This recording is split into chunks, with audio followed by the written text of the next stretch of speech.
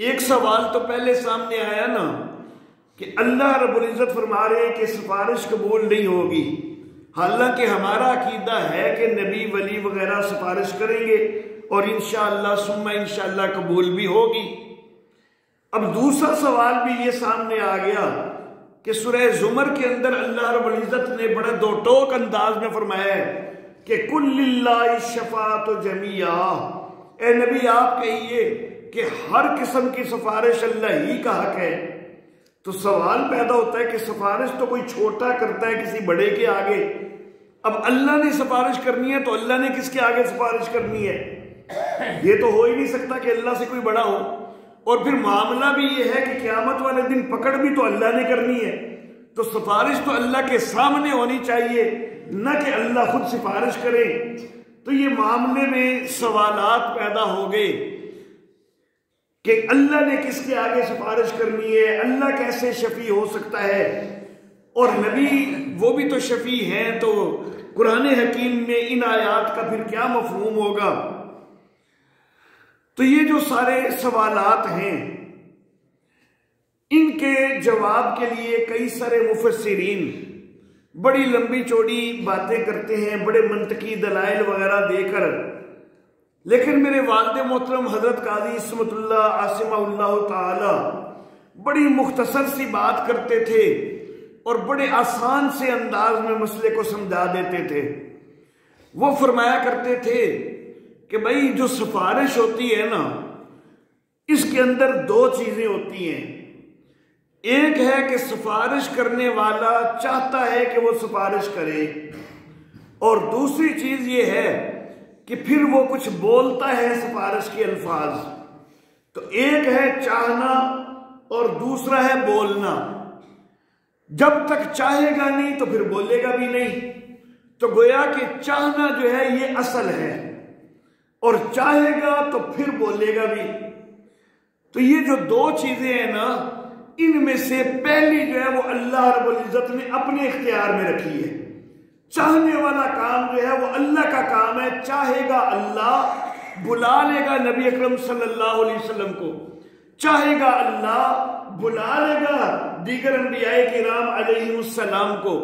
چاہے گا اللہ بلا لے گا اولیاء کو، چاہے گا اللہ بلا لے گا علماء کو، چاہے گا اللہ بلا لے گا حفاظ کو۔ تو چونکہ چاہنا اصل ہے اس لیے للہ الشفاعۃ جمیعا، حقیقت میں شفاعت اللہ ہی کے لیے ثابت ہے، کیونکہ جب تک اللہ نہیں چاہے گا نہ کوئی نبی بول سکے گا نہ کوئی ولی بول سکے گا۔ تو اس لیے اللہ رب العزت فرماتے ہیں کہ شفاعت اللہ ہی کا حق ہے، اور بلانا تو نبیوں کو ہے، ولیوں کو ہے، اولیاء کو ہے، اتقیاء صلحاء علماء کو ہے، اور انہوں نے اللہ کی بارگاہ میں سفارش کرنی ہے۔ اللہ اللہ۔ تو بہرحال اللہ رب العزت جس کو چاہیں گے سفارش کی اجازت دیں گے، اور پھر جس کے لیے چاہیں گے اس کے لیے سفارش ہو سکے گی۔ اللہ اللہ۔ ہر ایک کے لیے سفارش نہیں ہو سکے گی۔ جو شفیع ہے وہ بھی معزون ہوگا کہ اس کو اذن ملے گا تو وہ شفیع بنے گا، وہ سفارش کرے گا، اور جو مشفوع ہے جس کی شفاعت کی جانی ہے تو وہ بھی مرتضی ہوگا کہ جس کو اللہ چاہے گا اس کے حق میں بولا جا سکے گا۔ ہر ایک کے حق میں کوئی شفیع نہیں بول سکے گا۔ اللہ اللہ۔ تو دو چیزیں میں نے ذکر کی کہ جو شفیع ہے، جو سفارش کرنے والا ہے، جو شافع ہے، تو وہ معزون ہوگا، اللہ کے اذن سے سفارش کر سکے گا۔ سورہ زخرف ہے، سورت کا نمبر 43، آیت نمبر 86۔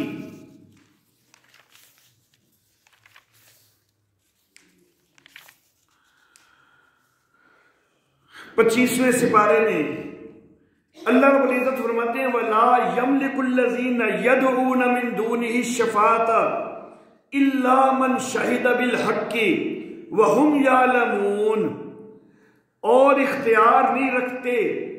وہ کہ جن کو وہ پکارتے ہیں اس کے سوا، شفاعت کا وہ اختیار نہیں رکھتے، الا من شہد بالحق،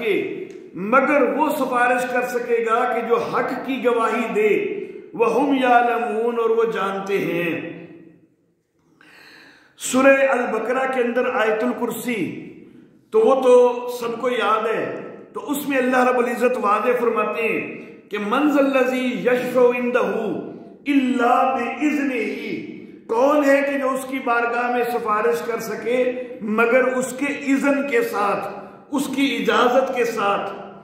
سورہ مریم 19ویں سورہ مبارکہ، اس کی آیت نمبر 87، اللہ رب العزت فرماتے ہیں کہ لا یملکون الشفاعۃ، سفارش کا اختیار کوئی نہیں رکھتے، الا من اتخذ عند الرحمن عہدا، مگر وہ سفارش کر سکے گا کہ جس کو رحمان سے عہد حاصل ہے، یعنی رحمان جس کو اجازت دے گا وہ ہی سفارش کر سکے گا۔ تو پہلی شرط ان آیات سے ثابت ہو رہی ہے کہ سفارش کرنے والا جو شفیع ہے وہ تبھی سفارش کرے گا جب اللہ اجازت دیں گے، معزون ہوگا تو سفارش کرے گا۔ اب دوسری شرط یہ کہ سفارش کرے گا بھی اس کے لیے کہ جس کے لیے اللہ اجازت دیں گے۔ 21ویں سورہ مبارکہ سورۃ الانبیاء، آیت نمبر 28،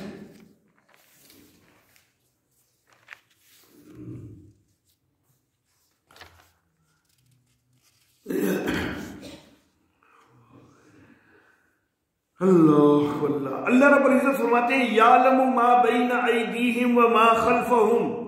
وہ جانتا ہے جو کچھ ان کے آگے ہے اور جو پیچھے ہے، ولا یشفعون، اور وہ سفارش نہیں کر سکیں گے، الا لمن ارتضی، مگر اسی کی کہ جس کے لیے وہ راضی ہوگا،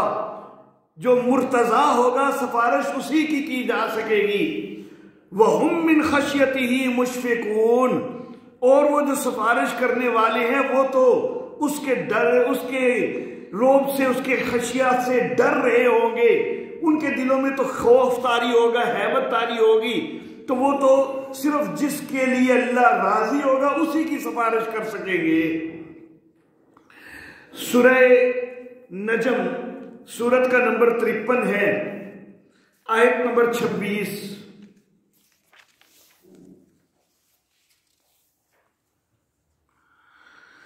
اللہ فرماتے ہیں وَكَمْ مِن مَلَكٍ فِي السَّمَاوَاتِ، کتنے ہی فرشتے ہیں آسمانوں میں، لَا تُغْنِي شَفَاعَتُهُمْ شَيْئًا، ان کی سفارش کچھ بھی کام نہیں آئے گی، إِلَّا مِن بَعْدِ أَن يَأْذَنَ اللَّهُ،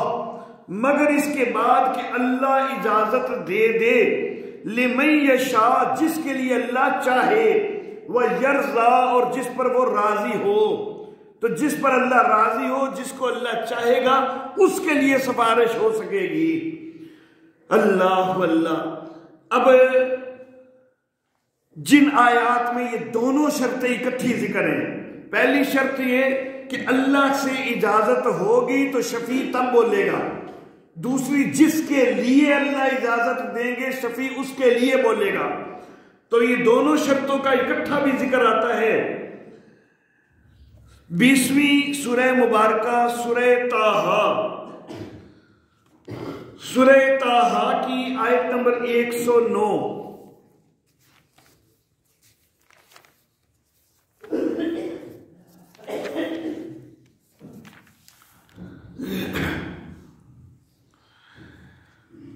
اللہ رب العزت فرماتے ہیں یومئذ لا تنفع الشفاعۃ،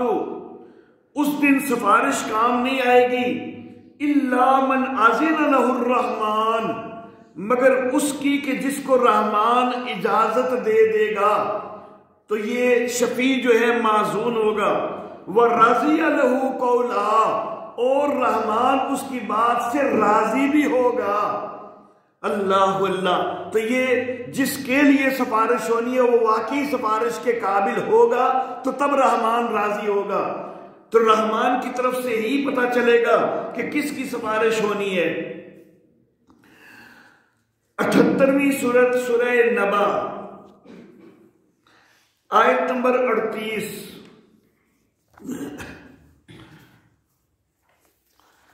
آخری سپارے کی پہلی سورہ مبارکہ،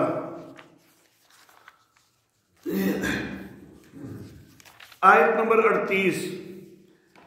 اللہ فرماتے ہیں یوم یقوم الروح والملائکۃ صفا، جس دن روح الامین بھی کھڑے ہوں گے، فرشتے بھی کھڑے ہوں گے صف در صف، لا یتکلمون الا من اذن لہ الرحمن، لیکن وہ بات نہیں کر سکیں گے مگر جس کو رحمان اجازت دے دے گا، وقال ثوابا، اور رحمان اجازت دے گا بھی نا تو پھر بھی وہ صحیح بات بس کہہ سکے گا، غلط بات نہیں کہہ سکے گا، درست بات کہہ سکے گا، جس کے لیے اللہ اجازت دے گا بس اسی کے حق میں بول سکے گا۔ اللہ اللہ، سفارش دنیا کے اندر جس وقت کسی کی جاتی ہے کسی معاملے میں تو اس کے لیے ایک ابتدائی کوالیفیکیشن ہوتی ہے، اگر وہ کوالیفیکیشن موجود ہو تو سفارش کی جاتی ہے۔ مثال کے طور پر میرا کوئی دوست آ جائے